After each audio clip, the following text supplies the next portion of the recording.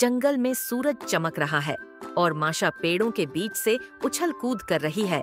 वह एक छोटी लड़की है जिसके गोल गाल, चमकीली हरी आंखें और सुनहरे बाल हैं जो 2 गंदे पिगटेल में बंधे हैं।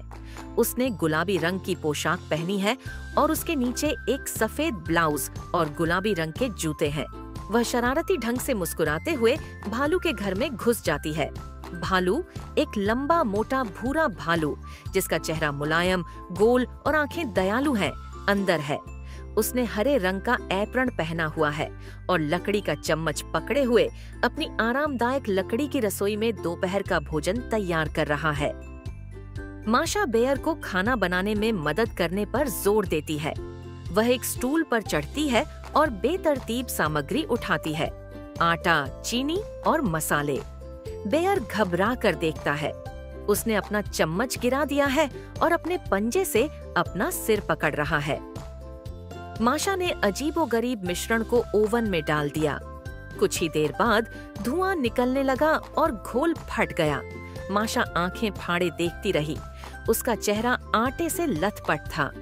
बेयर खिड़की खोलने के लिए दौड़ा। खांसते हुए उसने धुआं दूर भगाया। बेयर गंदगी साफ करता है और एक रेसिपी बुक निकालता है। वह धैर्यपूर्वक माशा को सिखाता है कि सामग्री कैसे मापनी है। माशा ध्यान से सुनती है।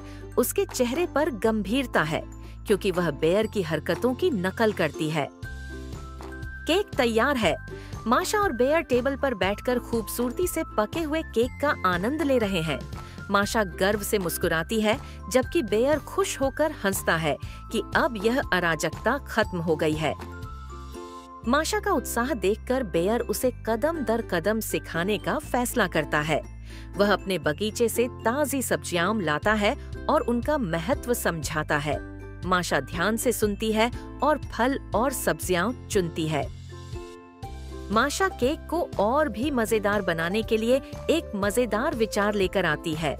वह रेसिपी में शहद और बेरीज मिलाने का सुझाव देती है। बेयर हिचकिचाता है लेकिन सहमत हो जाता है और सामग्री को मिलाने में उसकी मदद करता है।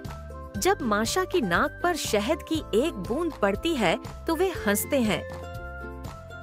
केक पकने का इंतजार करते हुए बेयर माशा को धैर्य के बारे में एक शांत बच्चों का गाना सिखाता है।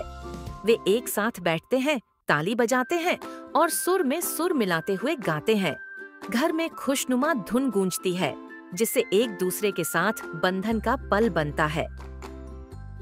केक आखिरकार तैयार है और यह एक बेहतरीन कृति है।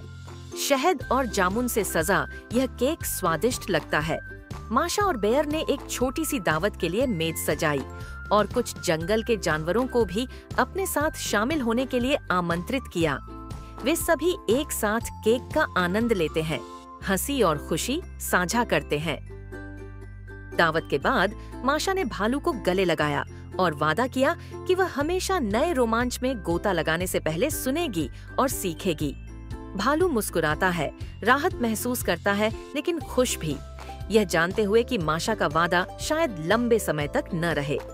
जैसे ही वे एक साथ सफाई करते हैं, माशा अपने अगले विचार की योजना बनाती है जो आने वाले समय में और भी शरारतें करने का संकेत देती है। Don't forget to hit subscribe and like button.